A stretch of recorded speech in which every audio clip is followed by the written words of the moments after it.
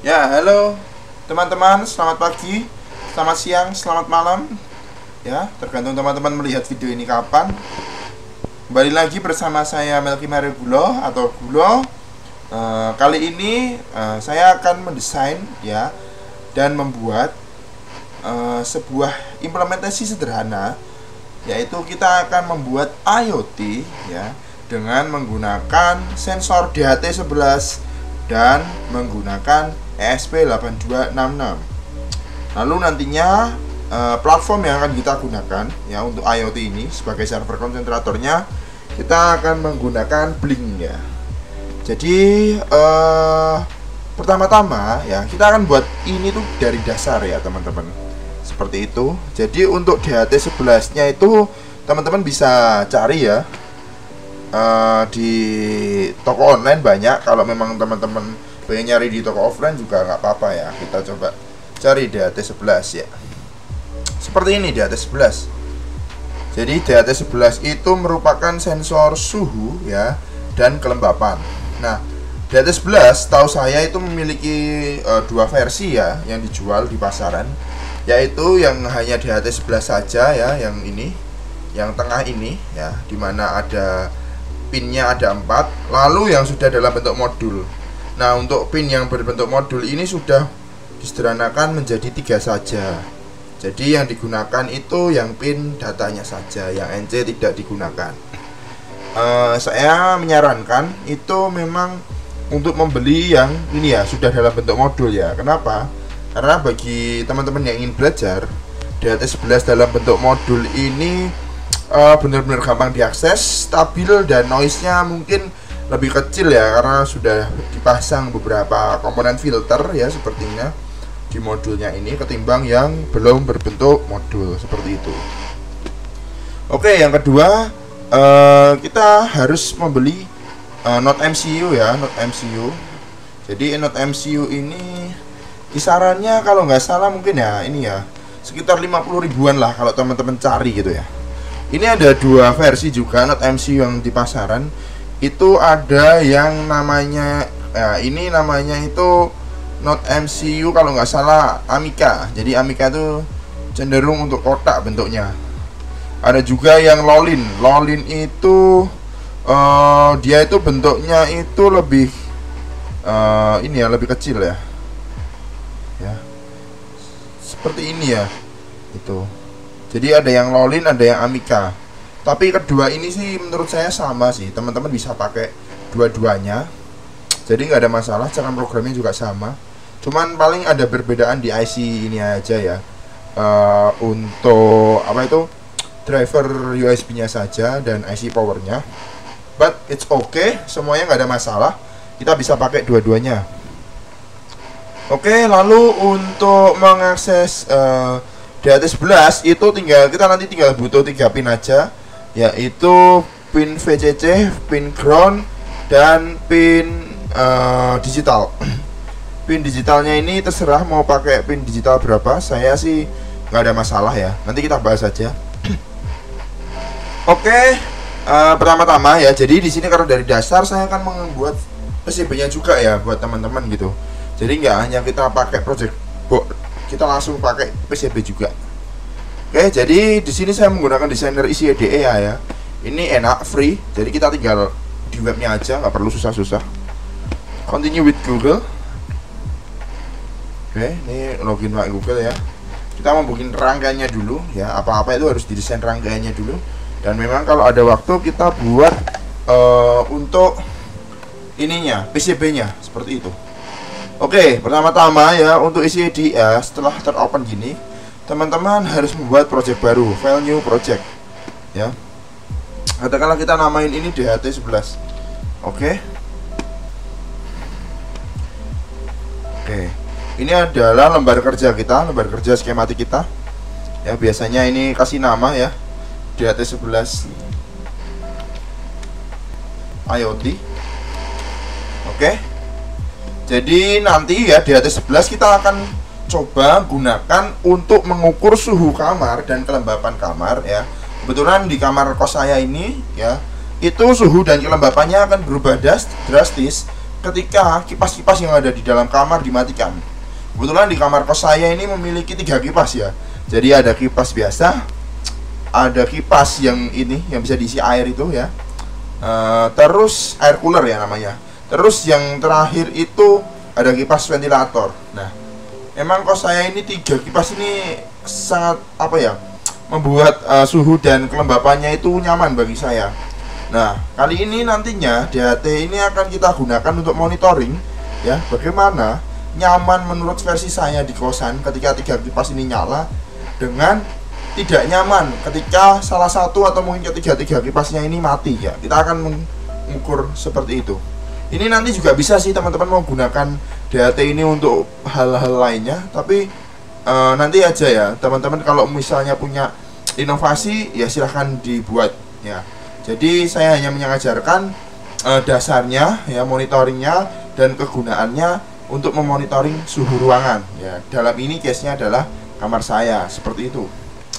Oke, untuk DHT 11 ya, kita bisa ini add di lembar kerjanya ini. Caranya adalah klik kanan, place komponen, kita cari ya DHT 11. Oke, kita cari di user contributed aja ya. Nah, ini banyak ini. Oke, ada beberapa macam ya. Nah, kita cari yang untuk ini ya, untuk modul ya. Oke, kita cari yang 3 pin ya. Ini ada yang 4 pin, coba DHT 11 modul katakanlah. Tambahin modul.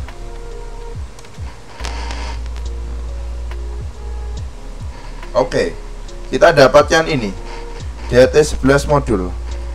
Oke, ini bisa kita ambil langsung ya, atau yang ini juga sama saja. Kita bisa ambil langsung. Kita pilih place ya. Kita letakkan di sini. Oke. Lalu selanjutnya ya, ini sudah ada modulnya. Kita memasukkan SP ya, not MCU. MCU Lolin. Kita cari yang Lolin ya nanti. Kita beli juga yang Lolin ya kalau bisa. Oke ya. Ya ada 2 sih sebenarnya. Kalau teman-teman cari Amica pun di sini juga bisa Amica.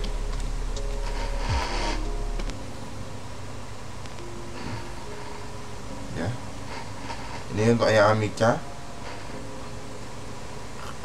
Ini beda ukuran ya. Kalau misalnya kita lihat dari PCB-nya ini cenderung lebih kecil. Oke, kita pakai yang Lolin aja karena Lolin sepertinya lebih banyak diperjualbelikan di pasar ya. Jadi teman-teman beli apa itu nanti beli yang Lolin saja. Kita masukkan yang Lolin. Oke, 1 mur. Place aja. Oke. Oke ya, ini sudah ada not MCU-nya. Selanjutnya kita bisa masukkan ya ini ya, apa itu modul regulator. Tapi kalaupun nggak pakai regulator juga nggak apa-apa ya. Kita pakai 2 ini dulu pun juga nggak masalah ya. Yang penting misinya kita adalah untuk menghubungkan antara DHT 11 dengan not MCU yang Lolin ini. Oke, jadi ya pertama-tama untuk menghubungkannya ya teman-teman bisa menggunakan kabel ya. Kabel itu ini ya, yang ini ya, wire ini ya. Ini teman-teman klik, lalu yang pertama kita hubungkan dulu groundnya. Ground kita hubungkan ke ground. Oke. Selanjutnya kita hubungkan VCC ya ke 3,3 volt. Jadi ini bisa berjalan ya di atas 11 di 3,3 volt dan 5 volt. Cuman kalau di not MCU itu memang supply yang tersedia itu 3,3 volt. Ya, V-in itu untuk ini ya, tegangan input yang masuk ke dalam not MCU, dan V-in itu tidak ada regulatornya. Ya, jadi ketika memang V-in-nya naik ya tegangannya jadi 7 volt. Nah, karena ini tidak ada regulatornya, komponen teman-teman itu akan tersupply 7 volt dan toleransi dari komponen itu, ya toleransi tegangan itu biasanya itu nggak tinggi gitu ya. Nah makanya itu saya sangat menyarankan apabila memang teman-teman itu ingin menggunakan sebuah sensor, sebuah aktuator dan memiliki level tegangan tertentu di Node MCU, tolong gunakan yang 3,3 volt saja. Kalaupun memang nggak cukup 3,3 volt, lebih baik teman-teman membeli regulator tambahan gitu. Supaya apa? Supaya si sensor ini tuh aman ya dari kenaikan tegangan yang terjadi seperti itu. Oke, untuk datanya sendiri di sini kita bisa hubungkan dengan pin digital. Di sini teman-teman bisa milih pin D5, D6, D7, D8 ya, D3, D4. Kita hubungkan dengan pin D5 saja. Seperti itu. Oh, mohon maaf. Saya balik dulu ya. Oke. Salah ini, saya hapus dulu. Kita lihat dulu ya. Oke, kita hubungkan ke pin D5.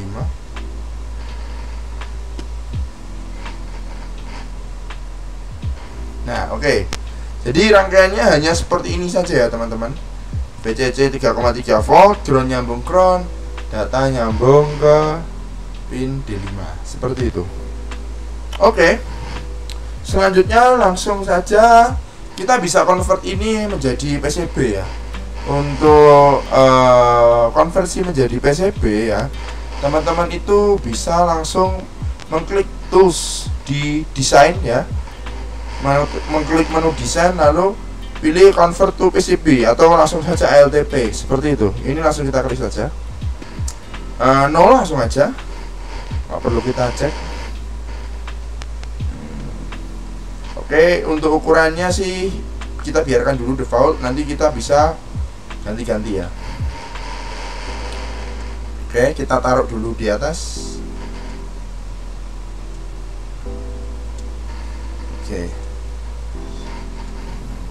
Oke, jadi ini masih sisa space-nya banyak ya.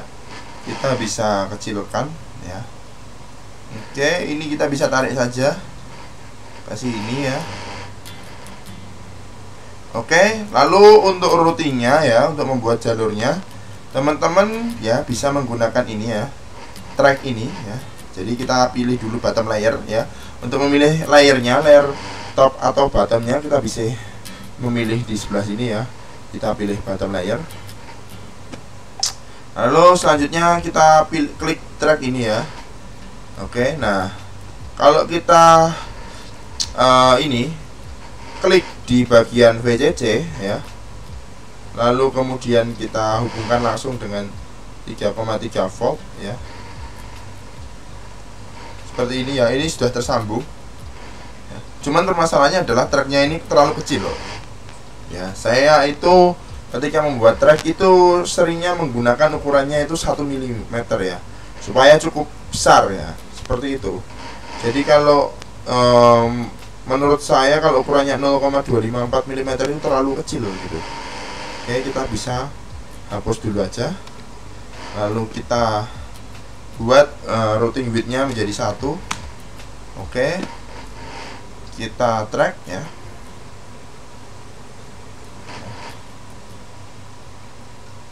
Oke, ini kita bisa edit juga untuk jalannya ya, supaya tidak ini terlalu mepet. Oke ya, usahakan ketika teman-teman melakukan routing jangan 90 derajat ya, itu. Jadi kalau bisa lebih dari 90 derajat, ini lebih dari 90 derajat untuk sudutnya, seperti itu. Selanjutnya untuk pin D5 nya kita bisa hubungkan ya, langsung sini saja. Oke. Lalu ini bisa kita hubungkan lagi nih.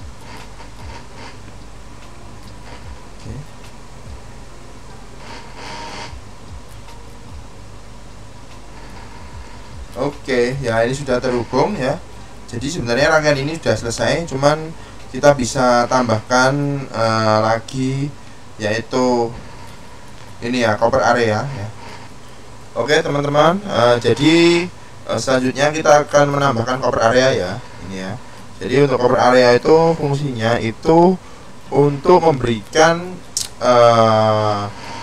sisa copper ya, atau sisa tembaga pada rangkaian teman-teman itu digunakan sebagai ground ya. Jadi ketika teman-teman nanti mengecing PCB ini, itu tembaganya yang tidak terpakai itu tidak akan terbuang semuanya gitu ya. Jadi yang akan hilang itu hanya yang berada di sekitar routing ini saja nantinya.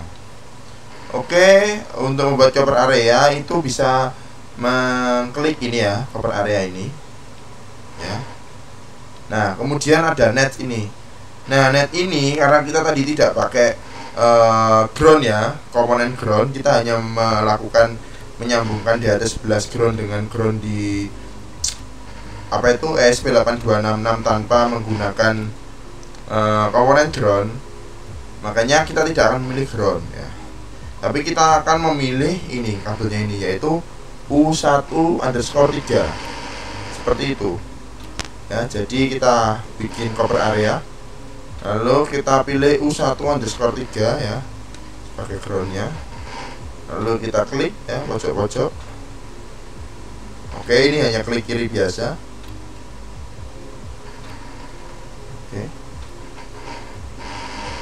Oke, nah ketika sudah selesai, kembali lagi ke tempat awal dan klik kanan. Nah ini dia sudah jadi ya cover areanya.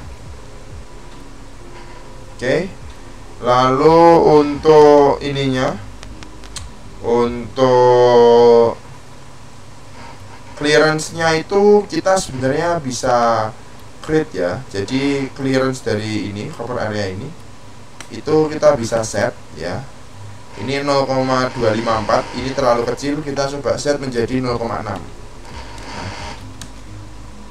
Oke, jadi clearance itu maksudnya adalah ini ya, area clearnya ya. Jadi jarak antara ini routing ini dengan cover areanya ini, yaitu 0,6 ya, supaya lebih lebar.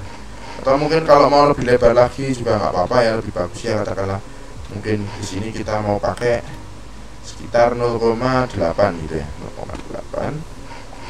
Oh, sorry. Nah, oke, ini kita buat 0,8 aja biar cukup besar. Oke, seperti ini ya jadinya ya nanti. Oke, baik, seperti itu. Selanjutnya, jika teman-teman sudah selesai ya, sudah selesai membuat PCB-nya, kita bisa memberi nama pada PCB kita ini ya. Caranya adalah dengan membuat ya, ini memberikan nama itu, pilih teks ini ya. Kita coba kembalikan lagi ke top layer ya. Terus kita pilih teks ini.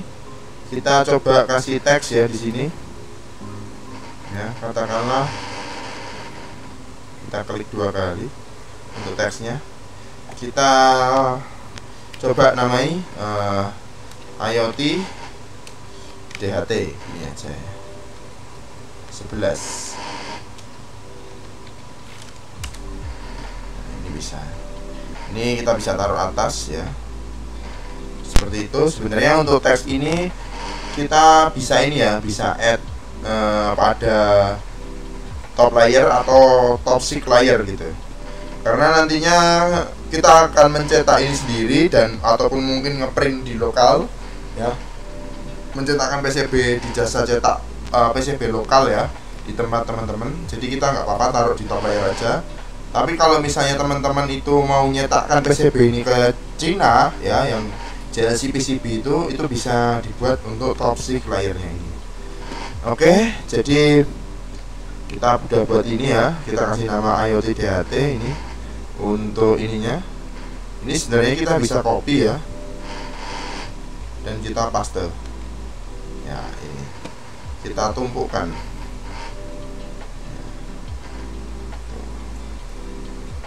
ya. Ini itu ini bisa kita copy paste, cuman biasanya ini digunakan untuk membuat gambarnya. Cuman terkadang itu malah menjadi bahaya ya, karena ini nyambung jalur baru lagi seperti itu. Jadi saya tidak merekomendasikan seperti itu. Oke, seperti itu. Atau kalau misalnya ini mau dibuat top sheet layer juga nggak apa-apa, tinggal Ctrl C, terus kita pilih ini, kita paste, ini kita taruh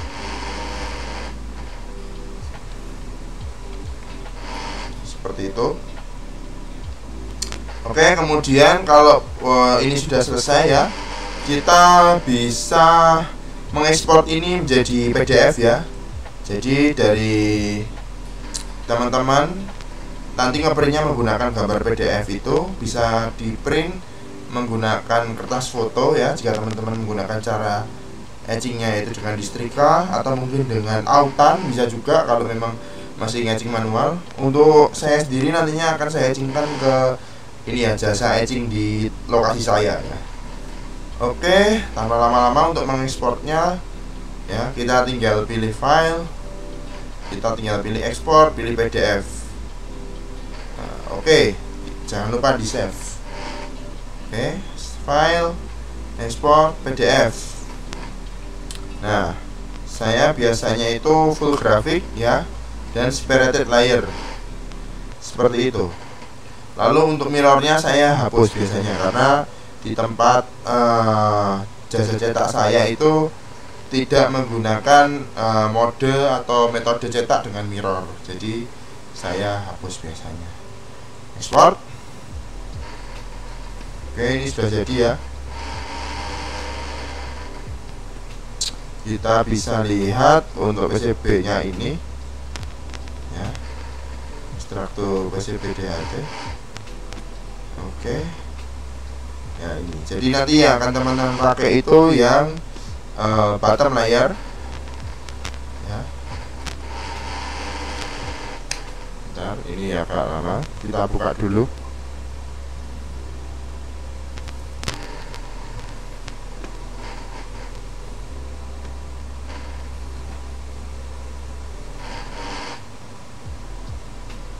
Oke, yang ini ya, yang pertama yang ini.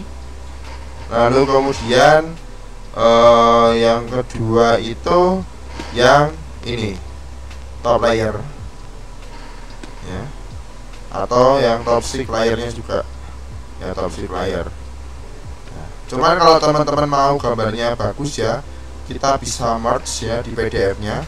Jadi kita bisa file export ya, export PDF ya. Terus kita bisa bikin merge layer ya, yang kita merge top sheet layer dan top layer ya. Oke, lalu kemudian kita ekspor lagi ya.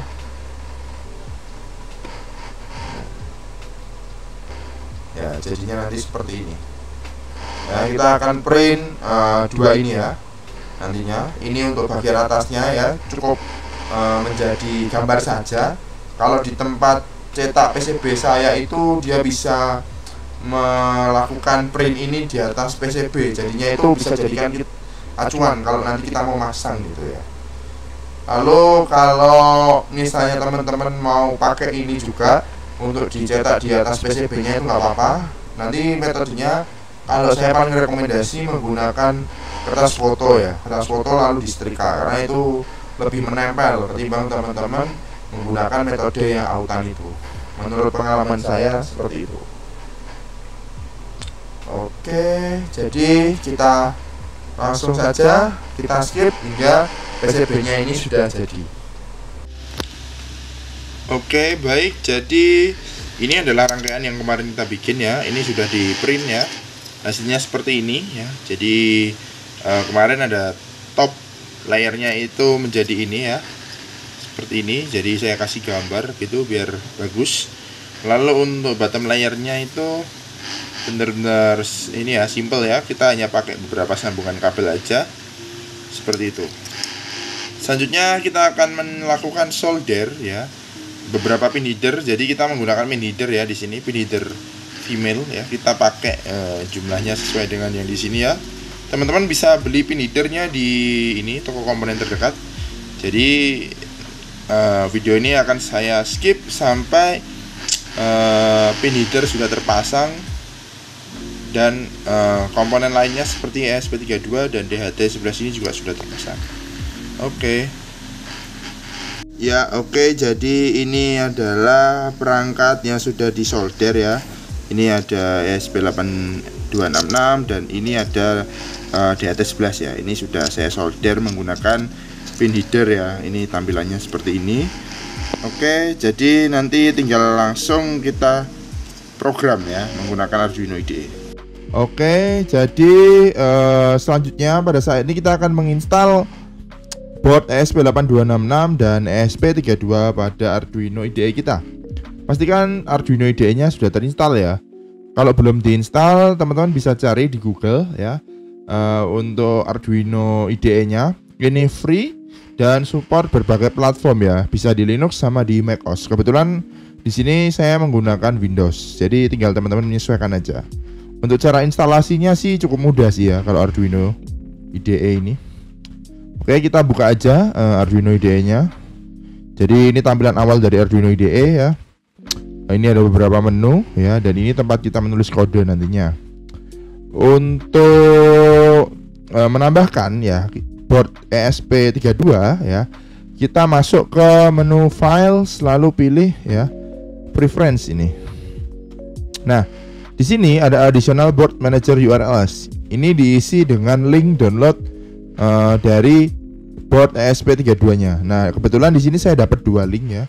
Link pertama itu untuk ESP32 dan link kedua itu ESP8266. Nah, untuk linknya apa nanti saya sertakan di deskripsi ya. Jadi ini linknya juga bisa didapatkan sih di Google sih. Teman-teman bisa pakai aja langsung gitu. Kemudian setelah itu kita tinggal oke aja ini. Oke. Nah, selanjutnya tinggal pilih Tools, lalu pilih Boards dan pilih Boards Manager. Ya, di sini sedang melakukan updating ya. Selanjutnya kita install ESP ya. Kita klik ESP ya, ketik ESP. Nah, di sini ada ESP32 dan ESP8266 ya. Kita akan install dua-duanya. Untuk yang ESP32 dulu kita akan install, klik install. Oke, ini sedang download library-nya ya. Cukup besar. Kita tunggu dahulu ya. Saya akan percepat videonya hingga ini selesai. Ya, oke teman-teman, kali ini kita akan melihat hasil instalasinya. Jadi untuk instalasi ESP32 dan ESP8266 ini sudah selesai ya. Seperti itu. Oke. Jadi setelah boardnya berhasil diinstal, kita akan menginstal library. Jadi ada beberapa library yang kita gunakan. Yang pertama adalah library DHT dan yang kedua adalah library Blink. Untuk library DHT kita bisa menginstalnya dengan cara pilih Sketch, terus pilih Include Library dan Manage Libraries. Kita klik aja Manage Libraries-nya. Ya, tunggu sebentar ya, ini sedang mengupdate ya package-package yang ada itu. Kita coba dulu untuk DHT-nya. Ya, kita cari. Oke, ya ini ya. Kita install yang ini ya, DHT Sensor Library ini ya. Ya. DHT11, DHT22. Punya kita adalah DHT11. Jadi install aja yang ini. Kita langsung pilih install. Ya, ini ada pilihannya bla bla bla bla.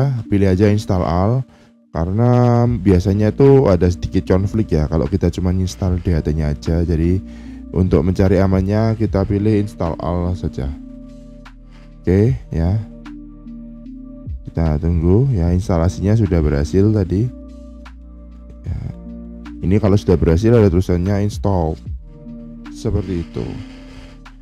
Oke, selanjutnya untuk Blink ya. Coba kita cari Blink di sini apakah ada.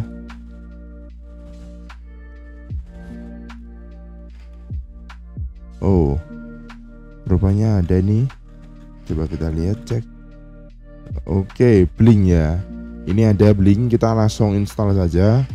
Tetapi untuk versinya ya, karena kita masih pakai Blink yang lama, jangan pakai versi yang 101.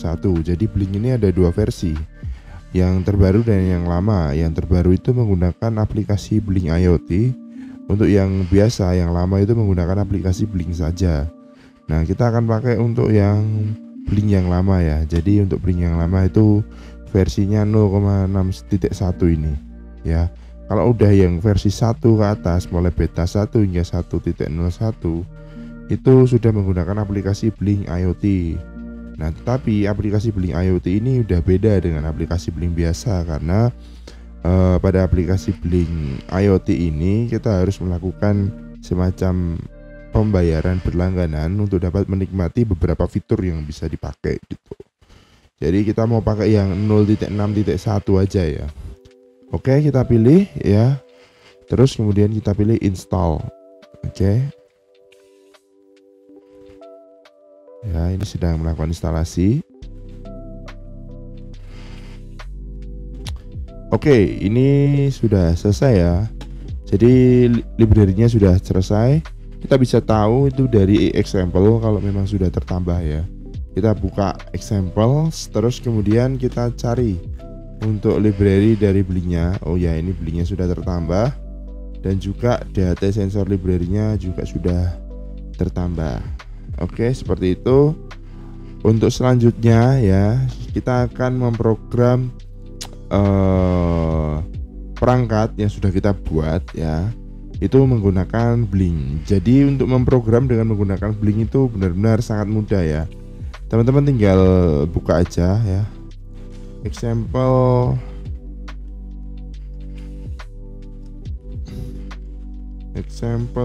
Blink ya. Terus teman-teman buka ini Blink example browser ini. Oke. Selanjutnya setelah teman-teman buka ya, enaknya menggunakan Blink itu apa? Kita coding itu kadang itu tinggal copy paste aja, karena dia itu sudah menyediakan beberapa contoh yang dimana kita itu langsung bisa memakainya gitu. Tinggal mengedit di bagian nama wifi-nya saja, seperti itu. Jadi untuk pertama-tama kita tentukan boardnya dulu. Di sini kita mau pakai ESP8266 ya. Jadi kita pilih ya ESP8266. Lalu untuk connectionnya kita pilih juga ESP8266 Wi-Fi ya, yang biasa, tidak menggunakan SSL. Terus yang terakhir ini kita bisa masukkan lagi auto token ya. Auto token ini kita ini dari Blink-nya ya, auto tokennya. Teman-teman bisa cari gitu di emailnya teman-teman. Jadi setelah teman-teman meng-email Blink nantinya, melakukan pendaftaran di Blink, nantinya Blink akan meng-email teman-teman ya. Jadi ini bisa dipakai oleh teman-teman untuk mengontrol device teman-teman, seperti itu. Oke, jadi nanti untuk tutorial login di Blink-nya menambahkan tombol itu saya akan bahas juga di sesi setelah ini ya. Jadi kita copy dulu aja ini. Lalu kemudian auto token ini kita paste di sini ya. Oke, ini dia otomatis terganti. Nah, kita enaknya di sini kita bisa memilih sensor yang kita gunakan itu apa ya. Jadi di example ini kita bisa pilih banyak nih hal yang kita bisa cari ya, pakai di sini ya. Coba kita cari DHT. Wow, DHT ada nih, DHT 11 nih ya. Kita langsung klik aja. Nah, ini dia langsung udah langsung ke edit, ke format programnya menggunakan DHT 11 seperti itu. Oke, jadi setelah ini program ini kita generate ya menggunakan Blink example ya, ini sudah bisa digunakan sebenarnya. Tinggal kita copy aja dari atas ya. Kemudian kita paste di sini. Oke, jadi seperti itu. Terus kemudian beberapa hal yang harus diganti adalah yang pertama itu ini SSID. SSID itu merupakan nama dari WiFi teman-teman. Nah, ini saya akan sesuaikan ya, namanya WiFi saya ya, ini Jasmar, passwordnya 678. Oke ya, seperti ini. Lalu selanjutnya yang harus kita ganti adalah pinnya ini. Oke. Jadi kalau kita lihat rangkaian kita ya, kita lihat coba kita cari SP8266 GPIO ya. Kita cari, kita lihat nih. Jadi kemarin kan rangkaian kita tuh nyambungnya 3,3 volt, terus ground sama pin D5 ya. Jadi di SP8266 itu yang digunakan adalah nama pin GPIO nya. Jadi kalau misalnya ada teman-teman menggunakan pin D5, berarti yang kita inputkan itu adalah 14, GPIO 14. Begitu juga pin D6 yang kita inputkan adalah GPIO 12. Selanjutnya pin D7 yang kita inputkan adalah GPIO 13, seperti itu. Ya, kita masukkan dulu untuk pinnya yaitu GPIO 14. Berarti kita ganti menjadi 14 ya.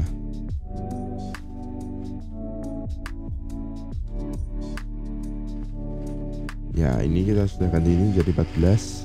DHT type 11. Oke. Jadi logiknya sebenarnya kalau saya jelaskan secara singkat, pertama-tama ya inisialisasi ya. Ini ada ESP8266 Wi-Fi, Blink Simple ESP8266.h, DHT.h. Ini deklarasi library yang akan kita gunakan. Lalu selanjutnya di atasnya ini ada nama ini ya, template ID-nya, device name-nya, auto-token-nya. Ya, ini yang auto-token tadi ini sifatnya unik ya. Jadi teman-teman harus daftar Blink dulu. Nanti bakalan dikasih kok untuk tokennya ini dan gratis seperti itu. Terus selanjutnya ini kita memilih ya DHT tipenya adalah DHT 11 gitu. Jadi ada banyak sensor sih selain DHT 11 ada DHT 22 dan DHT 21. Sebenarnya sama saja, cuman perbedaannya tuh ada di ini aja. Perbedaan stream datanya saja, seperti itu. Terus kemudian inisialisasi ini ya, variabel DHT ya, objek DHT ini dengan menggunakan pinnya dan tipenya. Seperti itu. Nah, ini dia. Ini adalah fungsi yang digunakan untuk membaca DHT ya, untuk membaca suhu dan juga kelembapannya.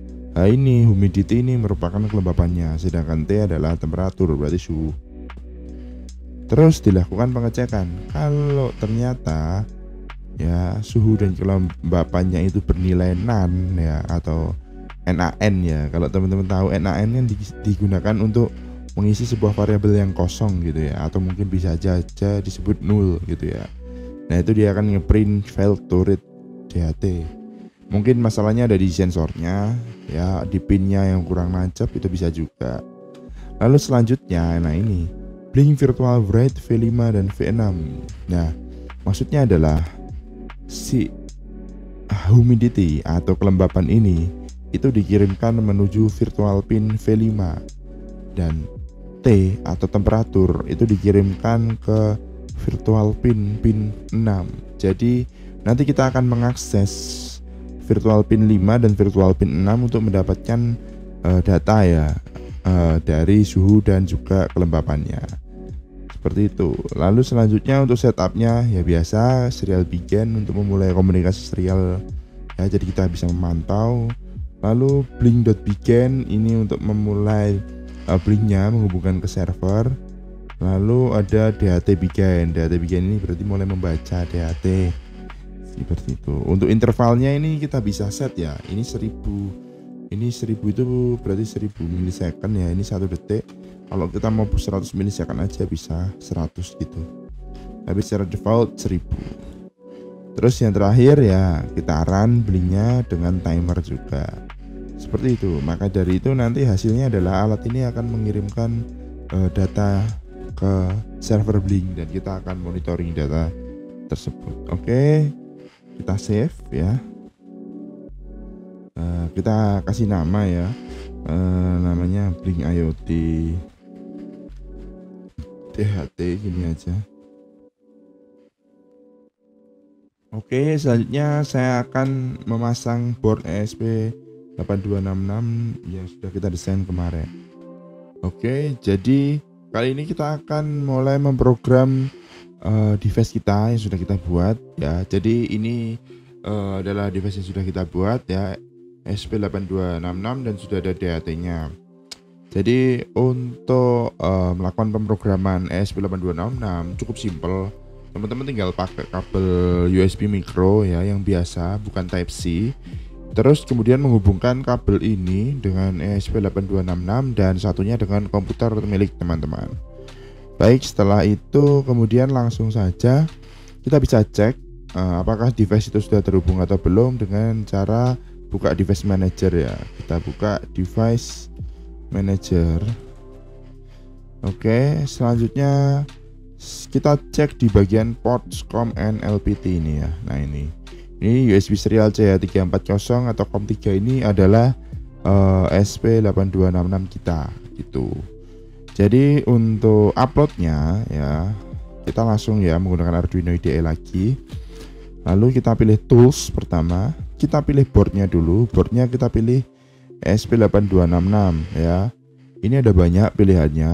Kalau saya biasanya karena kita pakai Node MCU ya, kita menggunakan yang Lolin ini aja. Ya, Lolin Wemos D1R1 ya. Ini saya menggunakan ini seringnya, atau bisa juga menggunakan yang generik ESP8266 modul ya, yang atas ini ya. Itu bisa juga, tapi saya sering pakainya yang ini ya, Lolin atau Node MCU ini juga nggak masalah. Seperti itu. Jadi kita pakai ini aja dulu, Lolin. Oke. Terus habis itu portnya ini kita pilih COM3 ya, COM3. Oke. Lalu untuk uploadnya ya sudah, kita tinggal klik upload saja ya. Jadi kita klik ya. Oke. Ini masih melakukan compiling ya, tunggu sebentar. Memang untuk uploading program ini itu waktunya relatif ya. Ada komputer yang cepat, ada komputer yang memang agak lambat gitu. Jadi semuanya itu berpengaruh ya dari resource komputer teman-teman, seperti itu. Kalau pengalaman saya ya menggunakan Windows dan Linux ya. Kalau misalnya untuk upload ESP ya, ESP32, ESP8266 itu paling cepat saya menggunakan Linux ya. Itu menurut saya lebih cepat sih gitu. Jadi compilingnya dia lebih cepat daripada menggunakan Windows ini, seperti itu ya. Baik, jadi kita akan tunggu sebentar sampai ini dia sudah selesai mengupload ya. Oke, saya akan pause dulu. Oke, jadi ini sudah selesai ya, sudah done uploading ya. Kita bisa cek CD serialnya apakah ini sudah terhubung ke Blink server atau belum. Kita bisa cek ya di serial monitor. Terus kita pilih baud rate-nya 115200 ya. Oke. Ya, ini coba kita reset dulu ya.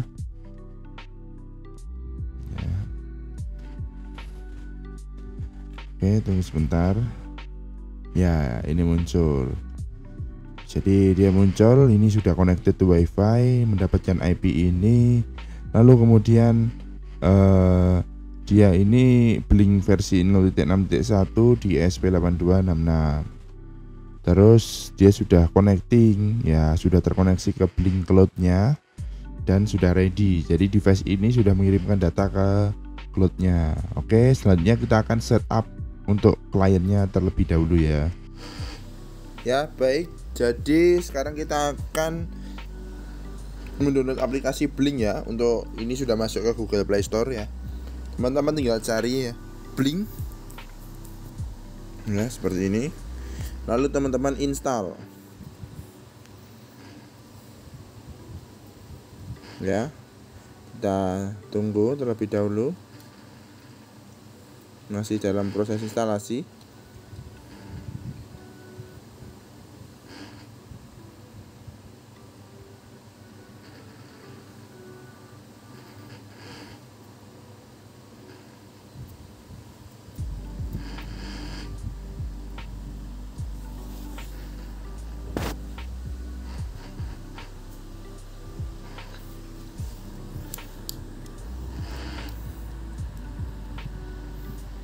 ya. Oke, masih proses instalasi. Selanjutnya kita buka ya. Ya. Nah, ini Blink ini loginnya bisa menggunakan Facebook ya. Ya, jadi kita bisa login langsung aja. Kita coba pakai Facebook saja ya.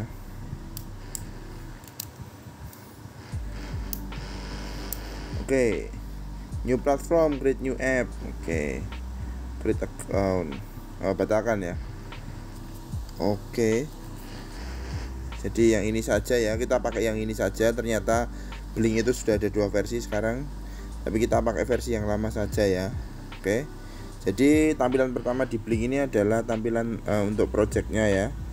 Jadi untuk membuat project baru, kita klik new project ya.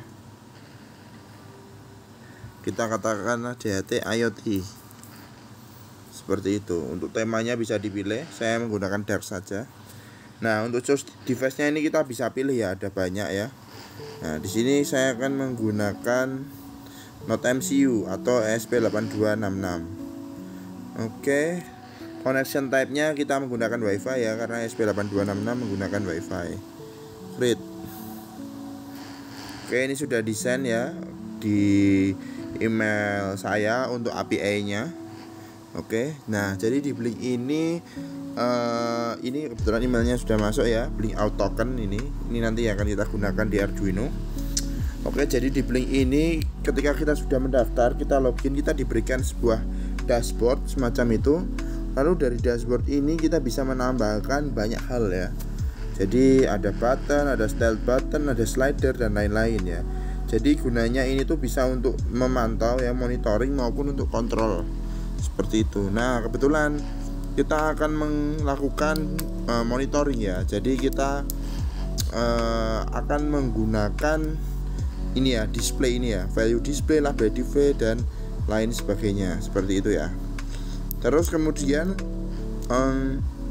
di sini kita memiliki balance ya. Balance ini apabila kita gunakan ya, kita pilih satu menu yaitu nantinya akan balance ini akan berkurang seperti itu.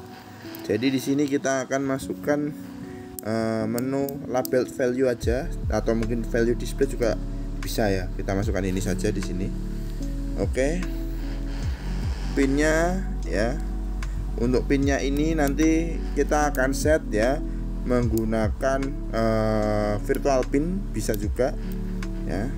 Ini kita akan set nantinya. Kita membutuhkan 2 terlebih dahulu ya di sini ya. Ini kita biarkan terlebih dahulu. Lalu kita tambahkan satu lagi ya. Oke, jadi satu ini nanti untuk temperatur.